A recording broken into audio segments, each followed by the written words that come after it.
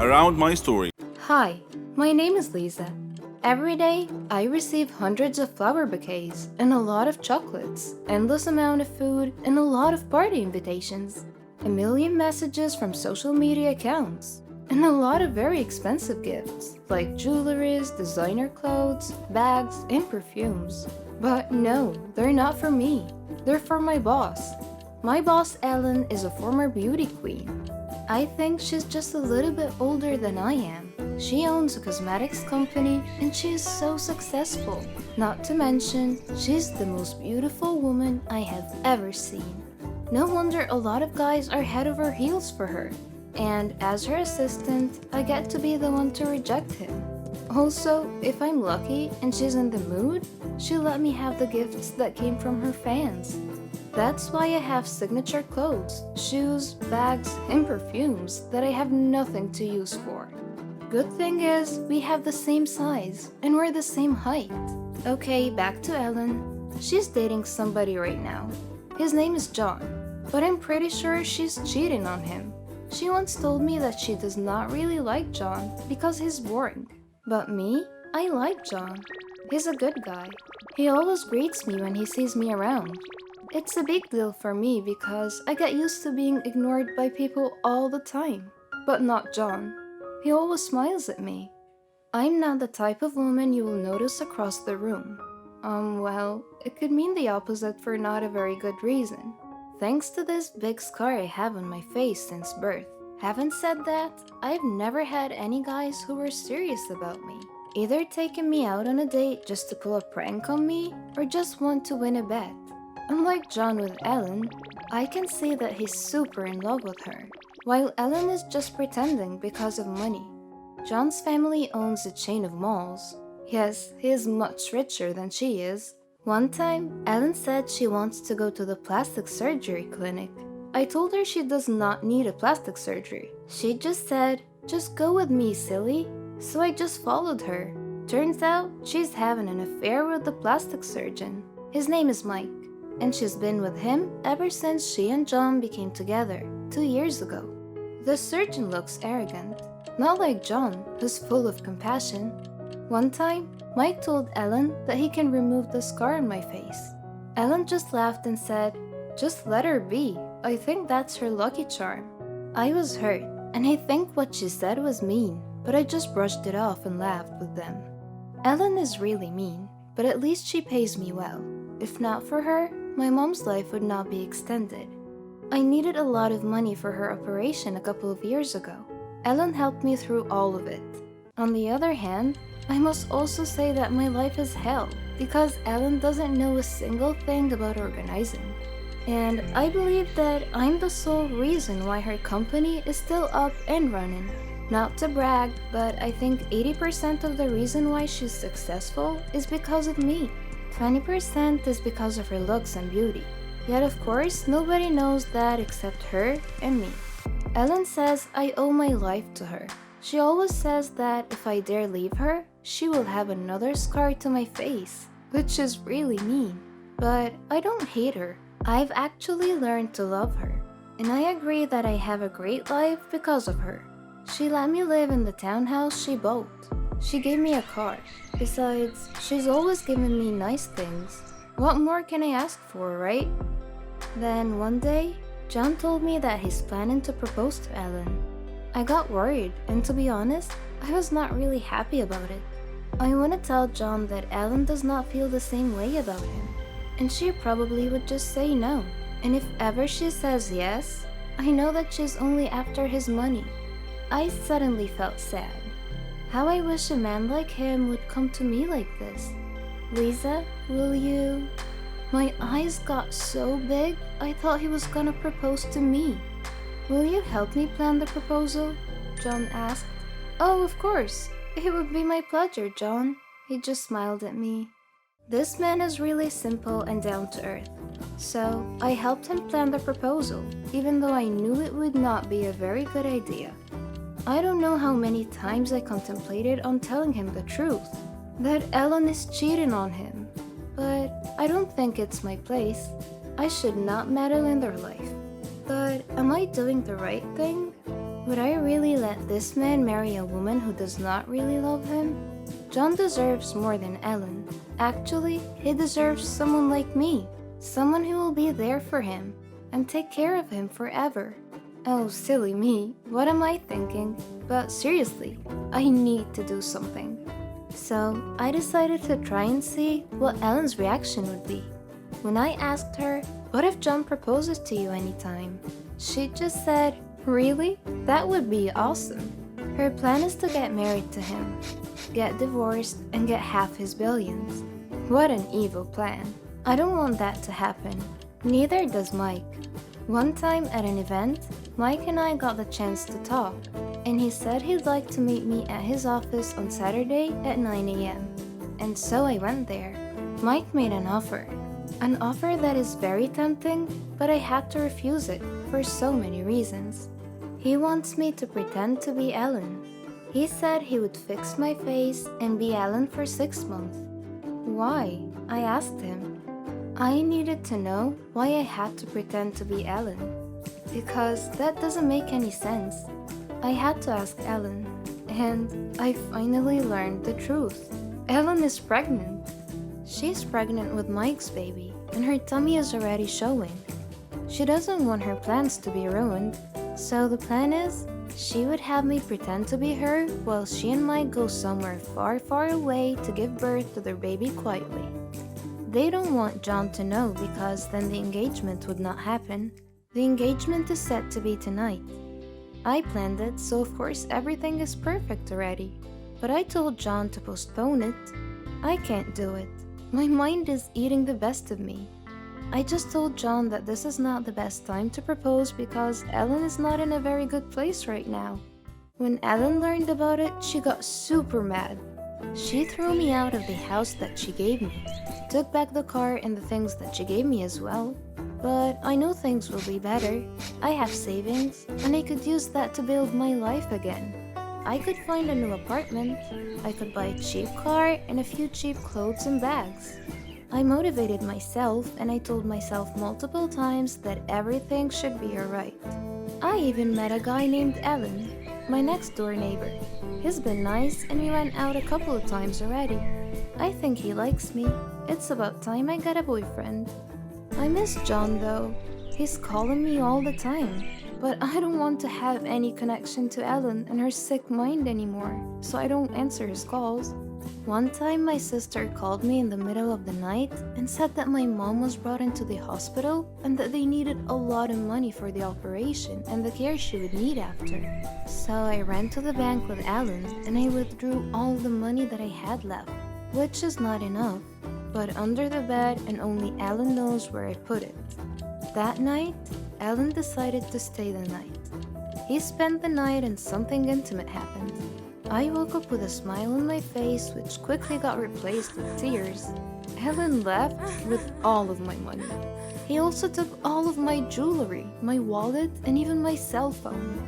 Desperate as I was, I went to Mike's office. I told him and Ellen that I'm very sorry for running away. I told them that I really need money because my mom is sick again, and it's worse than ever. They said they're gonna pay me good money if I do as they say. I thought, why not? I would have John, I would be pretty, I would be able to save my mother's life, and I would have a good life. And so I made a deal with them. I'll pretend to be Ellen for a year. It should give them enough time to give birth and settle everything before going back home. She said I have to make sure that John would not call it quits. She also said that I just have to delay the engagement for a year because of course, if a grand wedding should happen, Ellen would want to be the bride. And that would also save us from all the legal matters that we might have to face, including fraud, among other things. So Ellen and Mike left the country. I was left alone with John. The plastic surgery was successful. I look like Ellen now. I'm very pretty. I have a beautiful face, but I'm not happy. Until the day came that I got to be with John. At first, I had a hard time pretending to be Ellen. But with the business side, it's fine. I'm familiar with everything because I'm basically the one running it. John introduced me to his family. I fell for him even more when I knew that John was a miracle baby. His family is so sweet. I fell in love with all of them. I wonder why Ellen did not appreciate any of this. Then, the biggest surprise of all. His father announced that he's given me a share.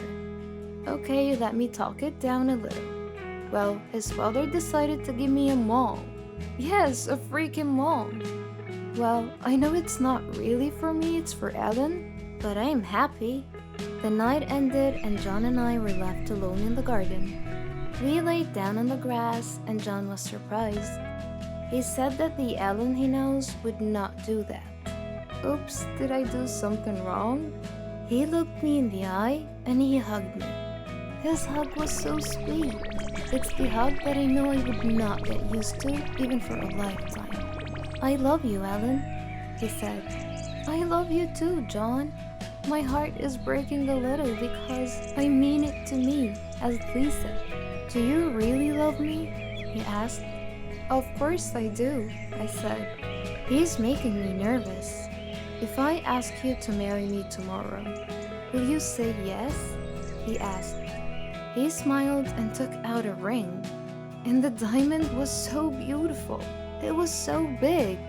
It's really beautiful. But if this is real and it's really meant for me, I won't mind how big the diamond is. I planned proposing to you for a long time now, Ellen. I even asked for Lisa's help. How I wish she could see this, he said. So, will you marry me, Ellen? He asked. My mind says, oh no, but my heart says, yes. Hi, my name is Jennifer, and you might recognize me as a former famous child star. You might be wondering what happened to my life. Well, I worked as a singer at a local bar in our town. You might be wondering why I never pursued my career. Okay, let's just say they stopped giving me projects when I reached the age of 11. Because the producers said I'm not that pretty to be a teen star. So when I stopped being cute, I became unemployed, which is not bad. I finished my studies and got a really good job. Also, I have an amazing boyfriend. He's a lawyer and he comes from a very prominent family. But I have this habit of ruining everything that is good for me. I don't know if my boyfriend is still gonna talk to me. You're probably wondering why. Because I just ruined the engagement party of his brother. I was extremely at fault for this. It all happened because of my insecurities. This was deeply rooted when the film outfit started rejecting me when I was really young. Plus, I have two sisters who look exactly like my beautiful mother. I, on the other hand, look like my father. I also inherited his lack of height. Don't get me wrong, I'm not ugly. I'm just not that pretty. And my sisters always make fun of me. But I'm extremely talented. When I sing, I get a lot of tips from people. My employer always gives me extra cash because a lot of my fans go to his bar on a regular basis just to watch my gigs. This is where I actually met my boyfriend Sam. Anyway, before I proceed, kindly make sure you hit the subscribe button. Who knows, you might just win a free ticket to one of my concerts someday. I will start telling you this story by how Sam and I met. One night, I was at the bar and singing at the top of my lungs, then after the performance, all of the customers applauded and requested more. Then, a drunken guy grabbed me by the arm and started to harass me on stage. To my disbelief, I just found myself hitting the guy with the microphone. Sam also happened to be there. The drunken guy and I ended up at the police station. The drunken guy sued me. Turns out he's the son of a very powerful politician. But Sam represented my case and they dropped the charges. That was mainly because there were a lot of witnesses and they testified that I was attacked first. Since then, we became really good friends, and eventually, our friendship blossomed into a beautiful romantic relationship. Sam is a super great guy. He didn't give me any reasons to get jealous from any other woman. But also, I realized that I don't know anything about his past. I never really got a glimpse of his world because whenever he asked me to meet his friends or his family, I chicken out. I always take work as an excuse. I always say, I have a gig, brain check, and that's my usual response. Then one time he told me that his mother just came back from a super long trip and that she's interested to meet me. Well, we've been dating for almost a year, and I ran out of reasons to dodge the situation. So I said, yes, let's do it. Before the weekend, I went to the mall to buy a new dress for the meetup. I was able to buy a nice long black dress and I bought some accessories as well. I really wanted to wow Sam's mother so she would like me for her son. I cannot bear the thought of losing him. When I was done shopping, I went to the burger shop and bought one for a takeout. I noticed that it's already 4 in the afternoon. I didn't notice that I skipped lunch because I was really busy picking out my outfit. While walking, I decided to eat the burger and the mustard spilled on my shirt. I look like a careless kid and he smelled like pickles now. In my head, I was thinking that's okay because I was about to go home. Then a familiar voice called out my name. Jennifer! That was Sam. When I turned around, I saw that he was with his mom. I quickly ran to the elevator as if I didn't see him. What am I gonna do? I don't want his mom to see me like this. I want her to see me at my best. But then the elevator was too slow. And eventually they caught me. Mother, this is Jennifer, my girlfriend, said Sam. Hi, good afternoon. I responded while shaking. I lifted the paper bag so it would cover my stained shirt. Nice to meet you. Well, his mother is nice, but still, I don't want her to judge me. I look and I smell like crap. This is not an ideal way of meeting your boyfriend's mother for the first time ever. I got so pissed. I'm looking forward to lunch tomorrow. Do you have any dish that you would like to eat? His mother asked. Anything will do, I responded with a forced smile. I know his mom is sensing the awkwardness between us, so I bid them goodbye and hurriedly entered the elevator again. On my way home, I kept playing the mall scenario in my head and I cringed every time. At home, I told my sisters what happened because I was craving some support and I would like to feel better. And even though they're very mean to me most of the time, they're still my sisters, and deep inside, I know they love me. What? His mother saw you like that? My eldest sister said with the slightest insult in her tone. If I were her, I would ask my son to stay away from you, my other sister said. I walked out, went to my room, logged it, and called my best friend Maria instead. She said some comforting words that made me feel better. Maybe you're just overthinking and it's not gonna help you, she said. Well, she was right. Anyway, I still have a chance to impress her. On the day of her lunch invitation, I wore the dress I bought at the mall and I went to the nearest salon to get stunning hair and makeup. And I was 30 minutes late for lunch because of this. Sam, his mother, and his 2 sisters were waiting for me. I apologized for being late. I noticed that they're looking at me with awkwardness in their eyes. Is it because of the dress? Maybe the heels or my makeup? Okay, maybe my hair? Or perhaps it's the elephant teeth accessories?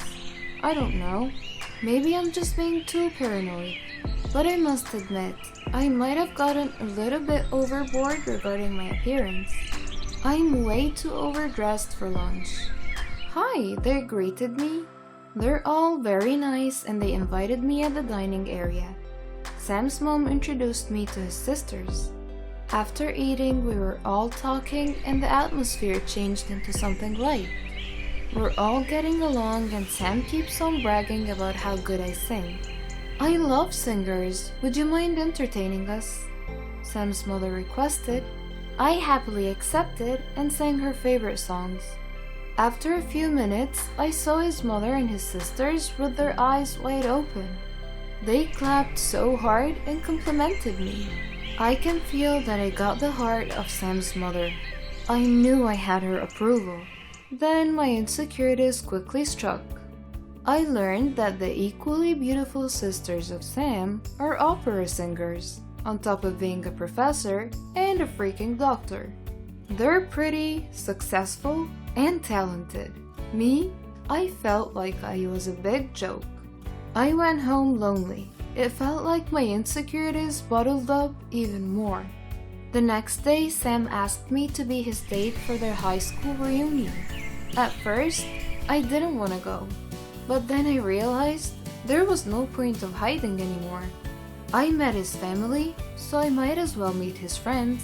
At the reunion, I literally felt like I'm the most underachiever and the most unattractive person ever. I'm getting more and more insecure because I feel like Sam's friends are looking at me like a puppy dog. Do I really look like his pet? One of Sam's friends was very nice to me. Turns out she's a big fan of mine and she knows all of my former TV shows. We talked in one of the corners for a few moments. It felt like I belonged. Sam didn't ever make me feel like I don't belong. In fact, I always hear him say how much he is proud of me. He doesn't see me as a failure child star. He sees me as a former child star who's now a great singer, and that makes me happy. I was looking at Sam from a distance, but then I saw a blonde, beautiful woman greet him. Oh, I know her. She's a beauty queen. She must be Sam's kind. I asked Linda, Sam's classmate, why is that beauty queen talking to my Sam? Oh, don't get jealous. They used to date, but everything is over between them, she said. I felt my blood go to my ears. His ex? Linda added, she's the first woman who ever broke his heart. He never had a girlfriend after her. Then it made sense why he chose you. I looked at Linda, but I didn't let a word out. I think she's trying to tell me that Sam chose an average woman because I will not be powerful enough to break his heart. And my heart bled with that thought. I thought to myself if I should break up with him, but I can't, he's too precious. On our way home, I was quite the whole right. I didn't talk to him, and I know I left him wondering. I ended the night without talking to him. At home, I called Linda and asked her to come to my place. She said that I'm going crazy and that I don't have anything to be insecure about. If you're really worried, then you should try the beauty pills I'm taking. It works like magic, she said. That might be the solution to my problem. There's no harm in trying. But Maria told me that the side effects are not nice, like always having the urge to pee, dizziness, and mood changes. I did start taking the pills. After a week of taking the pills, Sam got really worried, and that was because I passed out while having my gig. But I kept on taking them because somehow they magically make me feel confident. When Sam's family invited me for the engagement party of his brother that I haven't met yet, I said yes without hesitation. I feel beautiful, but I always have this urge to pee whenever and wherever. And I mean like every 5 minutes. So during the party, Sam was having a hard time keeping me beside him because I'm always in the bathroom. Then the announcement time came, and Sam came looking for me. I said, I really need to use the restroom. You can do it later, this will be quick, he said. But while his brother was giving his speech, everybody was so quiet and my bladder was gonna explode. And I wanted to tell Sam, but for some reason, I just couldn't. So I started running towards the bathroom, but I got really dizzy and I lost balance. Then I pushed the ice sculpture to the waiter serving near the pool, and like a butterfly effect, the waiter pushed the bride and she fell in the pool as well. I ran to them and apologized, but of course all eyes were on us. And to my horror, I was not able to hold my pee anymore. Everyone saw me wet my dress. I was so embarrassed. I quickly ran away from the party because I don't want to talk to anyone, not even Sam. I'm not sure if Sam came looking for me or not, but I roamed around their village while calling Maria so she could come and rescue me. I'm on my way, she said. And guess what? I felt the urge to pee again. And so I looked for a dark spot and I peed beside a huge tree. Then I heard a police siren. They aimed a flashlight at me while I was peeing. I quickly put my underwear back on and ran as fast as I could, but then I got dizzy and passed out. Then the police brought me into the hospital, and when I woke up, I saw Sam beside me. His sister was the one attending to me. They got so worried about me and they decided to follow me.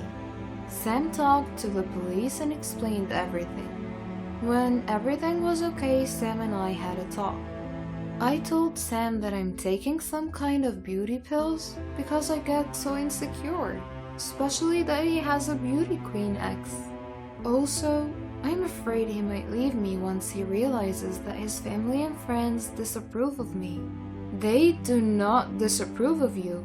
You put this all to yourself without a reason, he said. He said his family and friends love and adore me as much as he does. They're happy for him because he found someone who makes him super happy. Then my heart melted when he said how much he loves me. I love you, and that's why I'm letting you go, he said. What? Are you breaking up with me? My eyes were full of tears. He said he needed to stay away from me. And that's because he makes me feel insecure to the point of ruining my own health. I only thought I was doing what would please him. I am going to give you space until you realize how much I love you for who you are, he said. It sounded confusing, but I knew what he meant by that. I never should have allowed my insecurities to eat me up alive in the first place.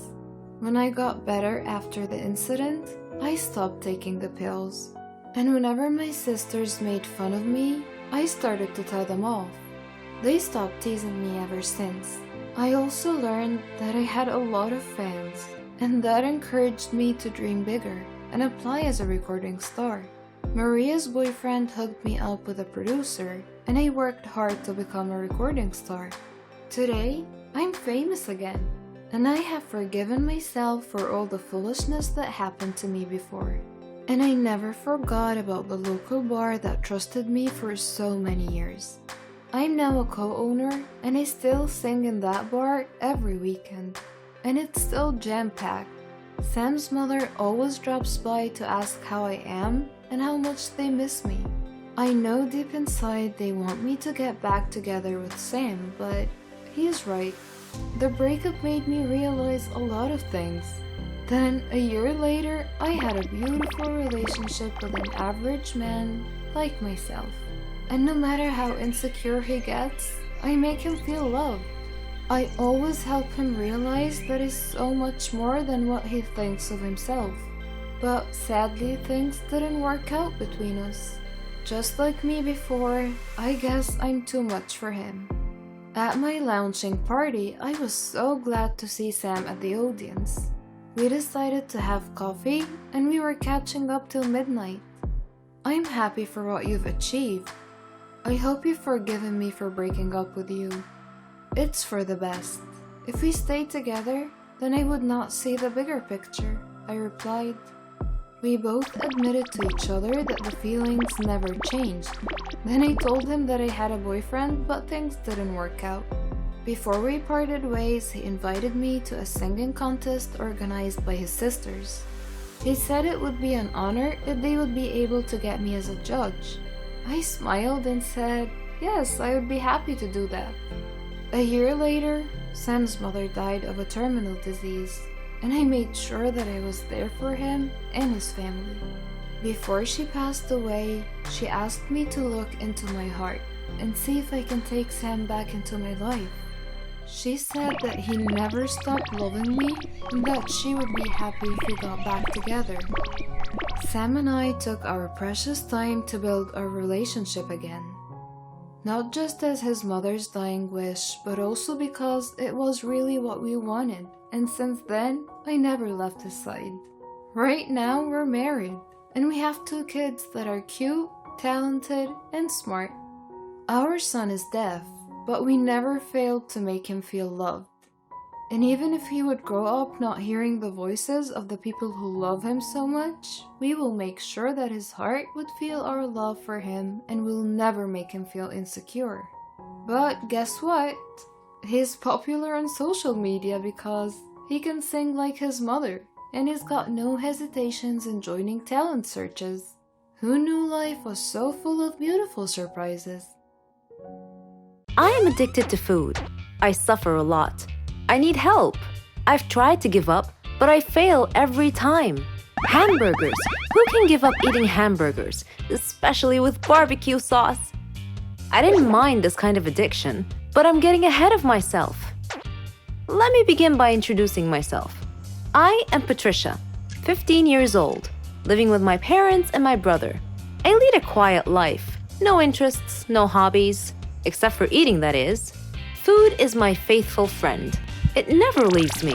It is my partner, my soulmate. But having food as your soulmate has insidious side effects. A dark side, if you will.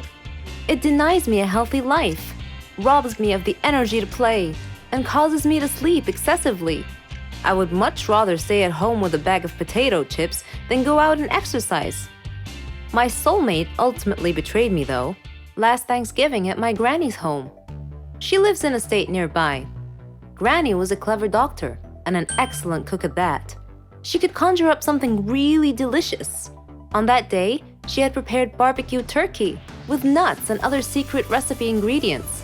The taste was so great, as if it had descended from heaven itself. I felt like I was fighting a food war, and I had to win at all costs. I ate and ate and ate. I don't know why, but I just couldn't control myself. I attacked that turkey like it was the last on the planet. But every culinary war with a worthy adversary, such as the barbecued turkey, has its own unique type of casualties. Suddenly, I found myself unable to breathe. I fell to my knees and passed out. The turkey had won. I woke up later in the hospital, though, still clinging to an unfinished turkey leg. The doctor told me that I was gaining way too much weight. He said that I should be put on a diet. Diet? Man, how I hated that word. It hung over my head like the sword of Damocles. It meant depriving me of my passion, my reason for living. I considered eating vegetables in small amounts to be the worst form of cruel and unusual punishment, the worst form of torture imaginable. Imagine thinking of a wonderful, greasy, cheese-laden pizza with all the toppings and then suddenly opening your eyes to find a healthy green salad bowl. But I had reached a turning point in life. One day, my brother was playing on the street, while I was sitting at home gazing longingly at a tempting piece of cheesecake, just sitting there, taunting, daring me to eat it. I struggled mightily to resist the urge, but in the end I succumbed and wolfed it down like a starving animal. Shortly afterwards, I began feeling dizzy, but I was unable to call for help this time, and then I passed out again. I was taken to the hospital. While lying in the hospital bed, half conscious, I overheard the doctor say to someone, "She needs to stop eating or it will be the death of her." I thought to myself, whoa, death? So I made up my mind right then, right there.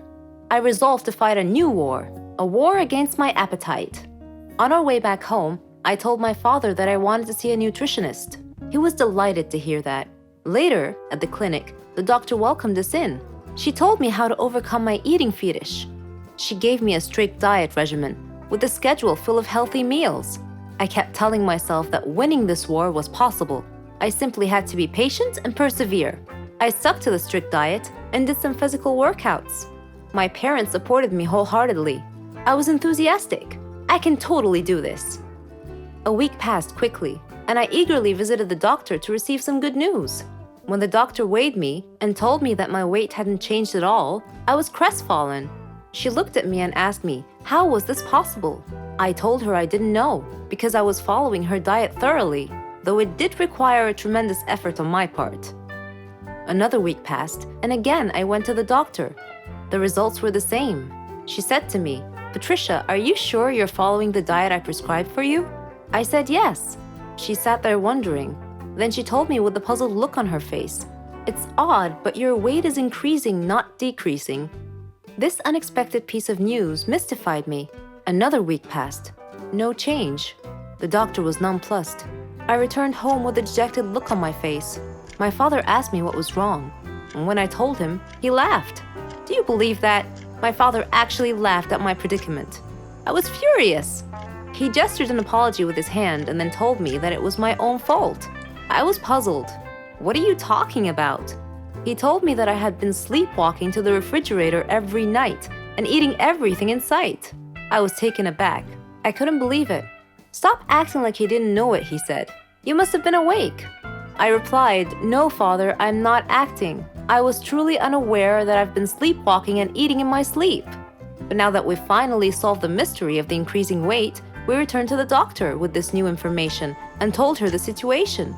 She laughed and told me that my discipline had denied my body the food it craved, but my brain had refused to cooperate and had overridden my will by urging me to eat in a subconscious state. She told me not to worry, though, that she could treat that.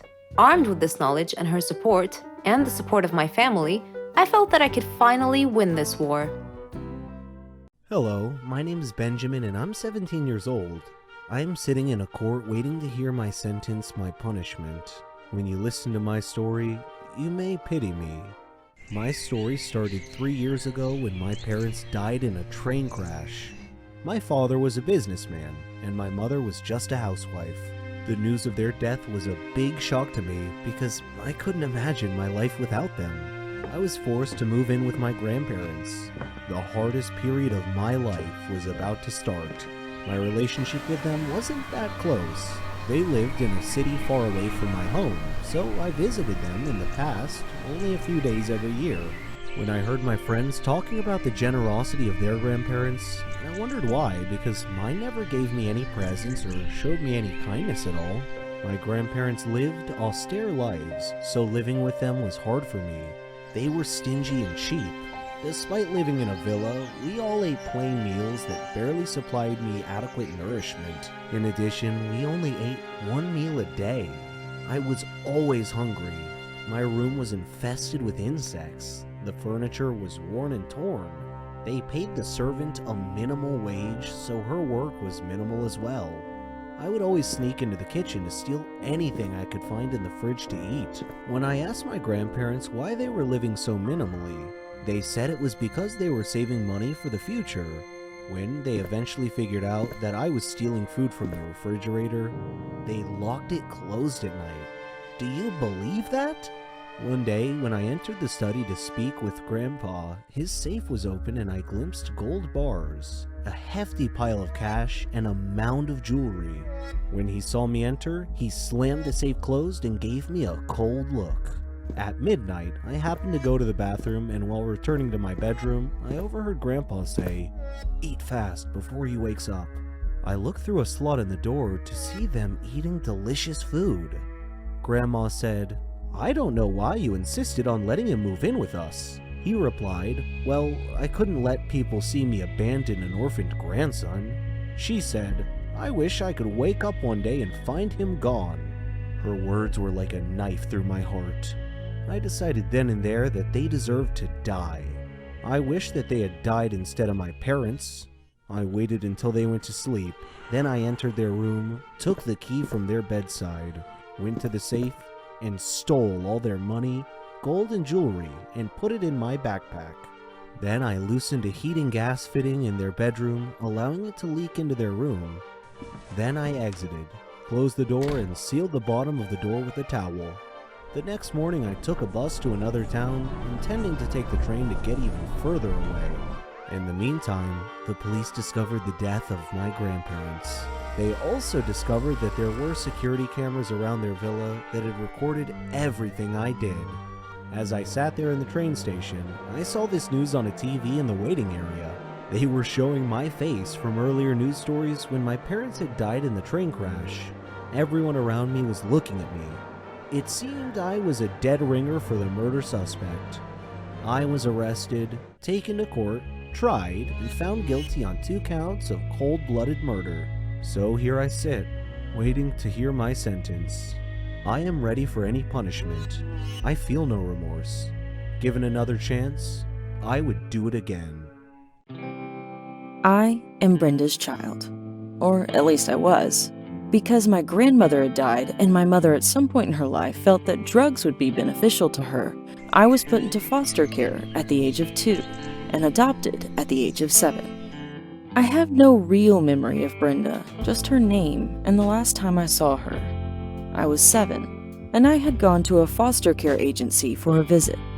She brought me some strawberry candy. I remember my adoptive mother telling me to say thank you, and I did. Then Brenda got up and told me she would see me again.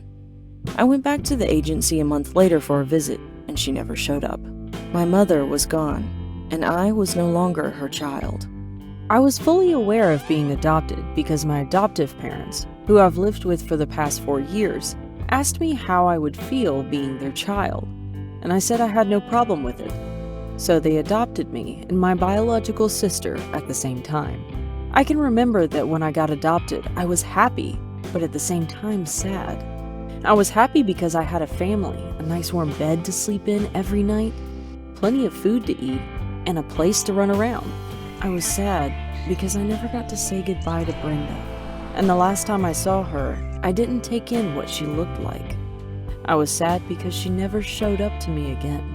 She had lied when she said that she would. I'm not sure why I never saw Brenda again, but for years I looked at myself as an intrusion. I figured she didn't want to see me anymore because I needed things, and that would get in the way of her buying her drugs. When I went to sleep, I'd have dreams that Brenda had been looking for me and found me. I'd have dreams that she would recognize me and come up to me and say, "It's me, your mother." But I never talked about these things. I guess I just didn't see the point. It wouldn't have changed the feeling of loneliness that she had left behind. My adoptive parents didn't make it that easy for me to talk either. It wasn't that they weren't good to me. They took me on road trips, they took me to and great adventures, and they got my hair done every 2 weeks. They gave me a stable home, something I probably would have never had if I had been in foster care or still lived with Brenda. But my adoptive mother jumped to conclusions when I would try to tell her little things about boys or school or anything that happened in my life. She always assumed I was getting in some kind of trouble.